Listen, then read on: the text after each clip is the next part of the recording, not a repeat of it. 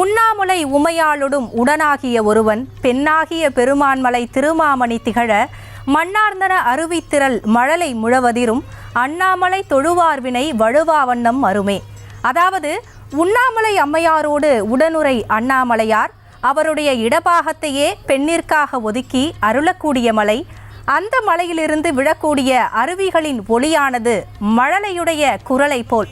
ஏனென்றால் மழலை குரலுக்கு இனிமை உண்டு, பொருள் இல்லை.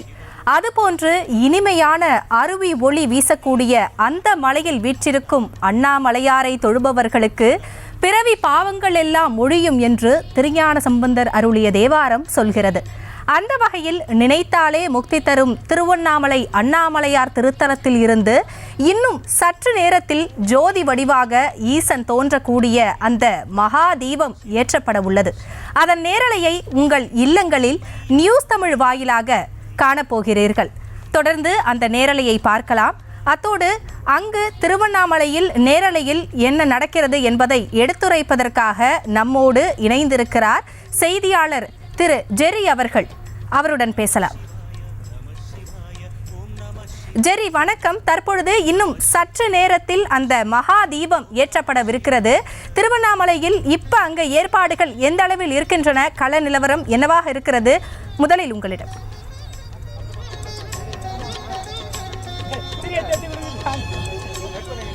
ஹாசினி வணக்கம். நீங்கள் குறிப்பிட்டது போலவே அண்ணாமலையார் இன்னும் சில மணி நேரங்களிலே ஜோதி வடிவில் எழுந்தருள் இருக்கிறார். ஆண்டு முழுவதும் அண்ணாமலையாரின் பக்தர்கள் இந்த ஒரு மிக பிரம்மாண்ட திருவிழாவுக்காகத்தான் காத்து கொண்டிருந்தார்கள்.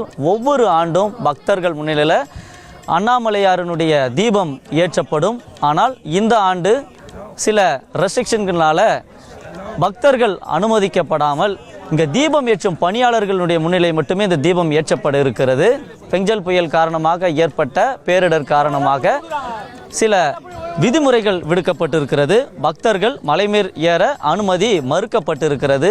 எனவே 75 பணியாளர்கள், அதாவது வருடம் தீபம் ஏற்றக்கூடிய 75 பணியாளர்கள் மட்டுமே தற்பொழுது தீபம் ஏற்றுவதற்கான அந்த பணிகளில் ஈடுபட்டு வருகிறார்கள். இந்த மலையின் உச்சியில் சரியாக 6 மணிக்கு இந்த தீபம் ஏற்றப்பட இருக்கிறது. தீபம் ஏற்றுவதற்கான கொப்பரை நேற்றைய தினம் கொண்டு வரப்பட்டது. 350 கிலோ எடை கொண்ட கொப்பரை நேற்று கொண்டு வரப்பட்டு தீபம் ஏற்றக்கூடிய அந்த இடத்தில் வைக்கப்பட்டு இருக்கிறது. அதே போல் 11 நாட்கள் எரியக்கூடிய இந்த தீபத்திற்கான நெய் 450 கிலோ நெய் கொண்டு வரப்பட்டு இருக்கிறது.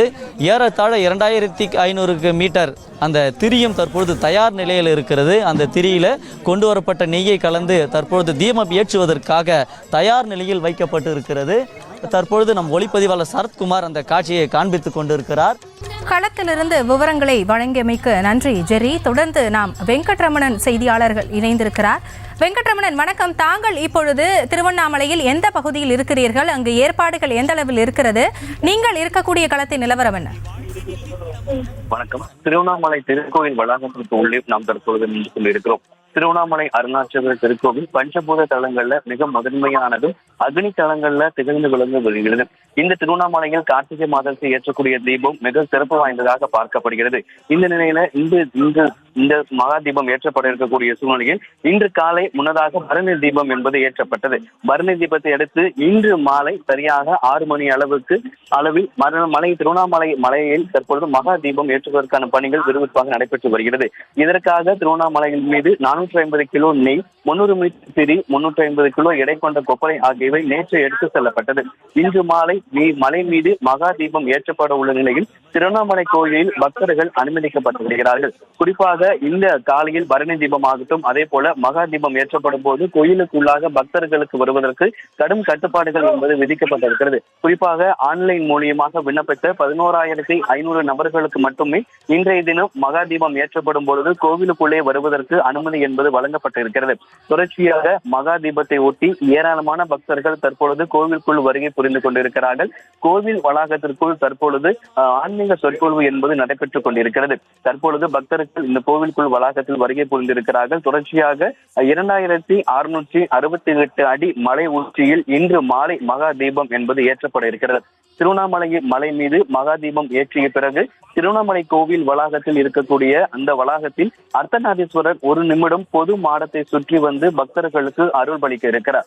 அதன் பிறகாக திருவண்ணாமலை மீது மகாதீபம் ஏற்றும் போது கோவில் வளாகத்தில் கொடிமரத்திற்கு முன்பாக பெரிய அகல் விளக்கு இருக்கும். அந்த அகண்டத்தில் தீபம் ஏற்றப்படும். இந்த 3 நிகழ்வுகளுமே ஒரே சமயத்தில் நடைபெறுவது திருவண்ணாமலை மகாதீபத்தின் சிறப்பு வாய்ந்ததாக பார்க்கப்படுகிறது.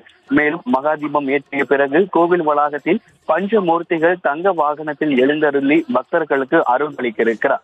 இந்த நிகழ்வுகள் கோயில் வளாகத்தில் இருக்கக்கூடிய 3ஆம் பிரகடனத்தில் நடைபெற இருக்கிறது.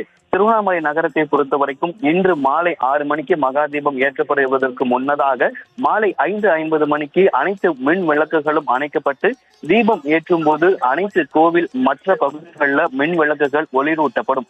இன்று மாலை 6 மணி அளவில் திருவண்ணாமலை மலை உச்சியில் தீபம் ஏற்றும் பொழுது திருவண்ணாமலை நகரமே ஒளி வெள்ளத்தில் மிதக்கும் என்பதில் எந்த விதமான ஒரு மாற்று கருத்தும் இல்லை. தற்பொழுது ஆன்லைன் மூலியமாக விண்ணப்பித்த 11,500 பக்தர்கள் கோவிலுக்குள்ளே அனுமதிக்கப்பட்டிருக்கிறார்கள். தொடர்ந்து அவர்கள் பல்வேறு அடையாளச்சீட்டு உள்ளிட்டவை இருக்கிறதா உள்ளிட்ட பல்வேறு சோதனைகளுக்கு பிறகே அவர்கள் கோவிலுக்குள்ளே அனுமதிக்கப்படுகிறார்கள்.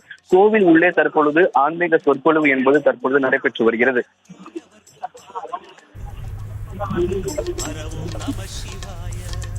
விவரங்களை வழங்கியமைக்கு நன்றி வெங்கட்ரமணன்.